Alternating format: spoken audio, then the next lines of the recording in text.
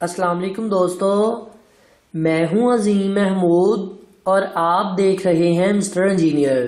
दोस्तों, आज की इस वीडियो में हम बात करने वाले हैं इस कंपोनेंट टेस्टर की। जी हाँ दोस्तों, इस कंपोनेंट टेस्टर का ये काम है कि आपके इलेक्ट्रॉनिक्स का कोई भी कंपोनेंट हो ये उसे चेक कर सकता है और बड़ी आसानी के साथ आपको ये बता देगा कि आपने जो इसके अंदर कंपोनेंट डाला है वो कौन सा है, उसका बेस एमीटर कलेक्टर या जो जो चीज़ें हैं वो सारी चीज़ें ये आपको बता देगा। लास्ट टाइम हमने इसके ऊपर एक वीडियो अपलोड की थी जिसमें हमने ये बताया था कि इसका क्या क्या काम होता है, मगर आज की इस वीडियो में मैं इसे डिटेल के साथ एक्सप्लेन करने वाला हूँ कि इसके कौन कौन से फीचर्स हैं और आपको डिटेल के साथ ये बताऊंगा कि आप इसके साथ कौन कौन से कंपोनेंट किस किस तरह से कहाँ कहाँ पर लगाकर इसके साथ चेक कर सकते हैं। तो दोस्तों चलिए शुरू करते हैं।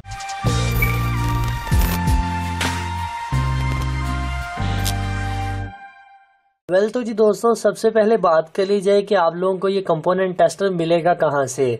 जी हाँ दोस्तों, इस वेबसाइट का नाम है megaeshop.pk के नाम से ये वेबसाइट है।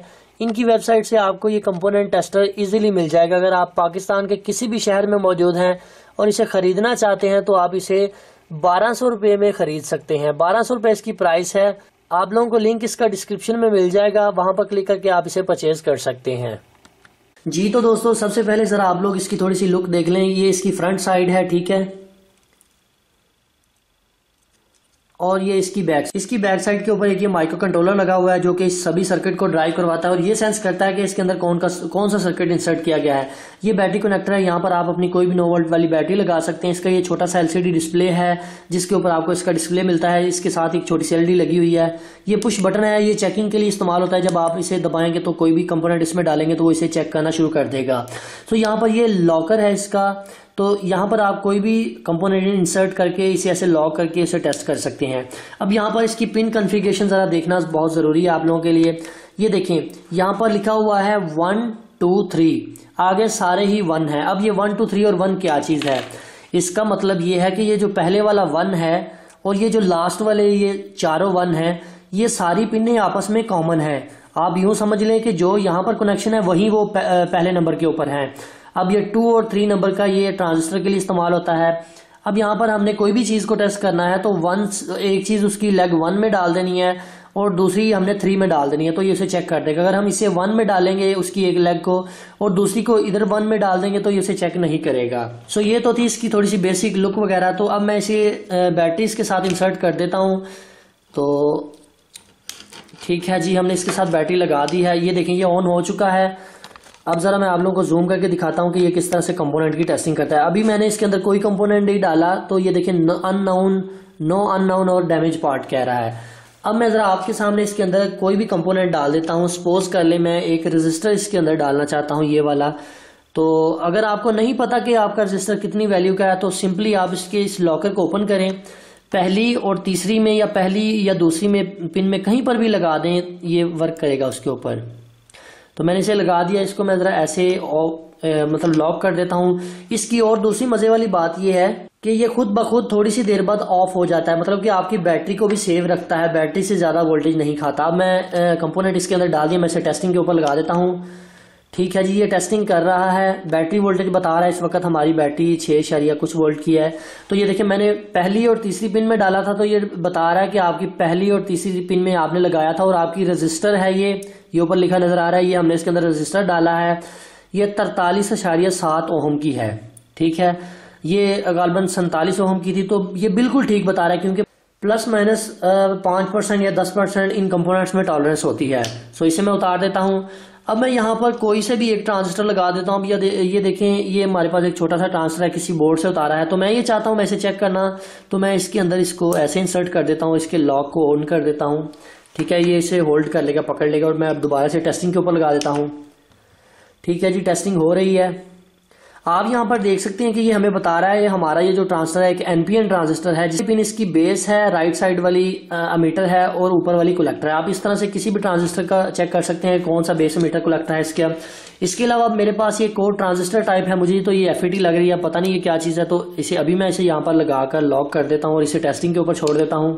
आप लोग यहाँ पर ये देख सकते हैं कि ये हमें बता रहा है कि ये एक N चैनल मॉसफेट है जिसकी सेंटर वाली पिन गेट है, ऊपर वाली ड्रेन है और नीचे वाली सोर्स है।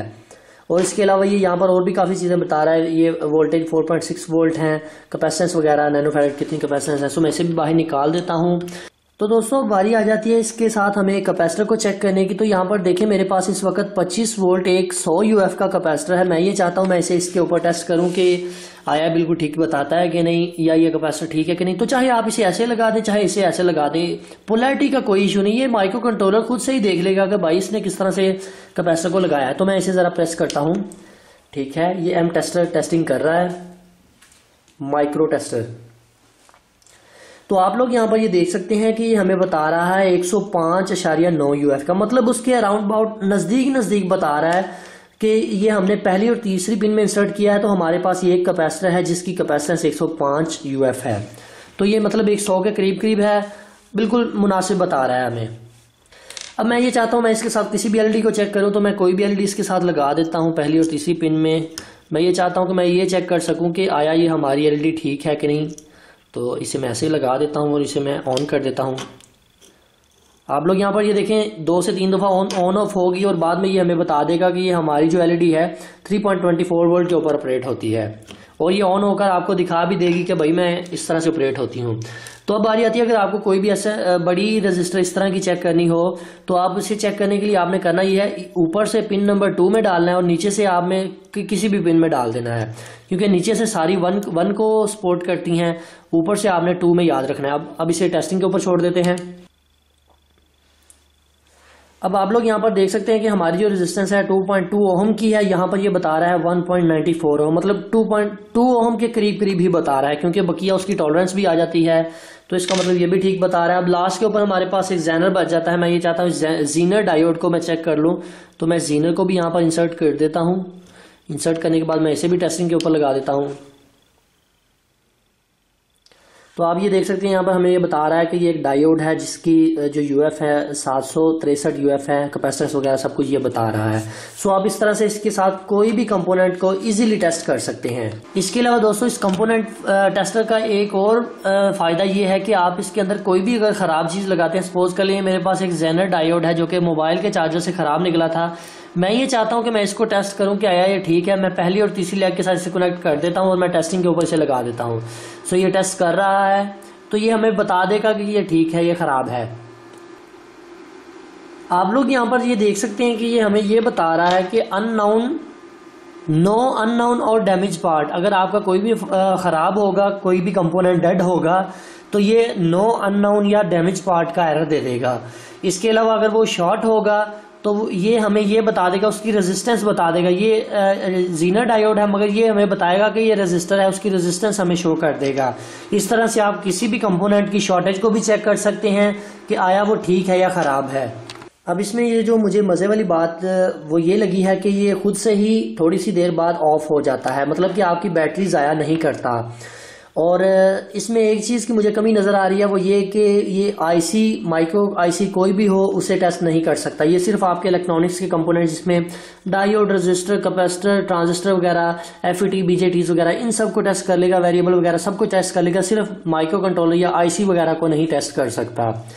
सो मेरे ख्याल से ये 1200 रुपया लगाकर अगर आप लोगों को ये एक छोटी सी डिवाइस मिल रही है तो मेरे ख्याल से आपको ले लेनी चाहिए। वीडियो की शुरुआत में ही आपको बता चुका हूँ कि ये 1200 रुपये की और ये कहाँ से मिलेगी। सो अगर आप इसमें इंटरेस्टेड हैं तो आप इसे इनकी वेबसाइट से ऑर्डर करके ले सकते हैं।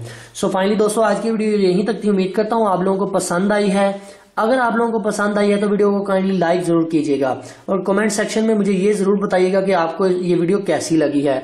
और इस सर्किट को लेकर, इस डिवाइस को लेकर आपके जहन में कोई भी किसी किस्म का सवाल हो तो कमेंट सेक्शन में जरूर पूछिएगा। वीडियो देखने के बाद अपने दोस्तों के साथ भी शेयर कर दीजिएगा ताकि ज्यादा से ज्यादा लोग मुस्तफीद हो सकें।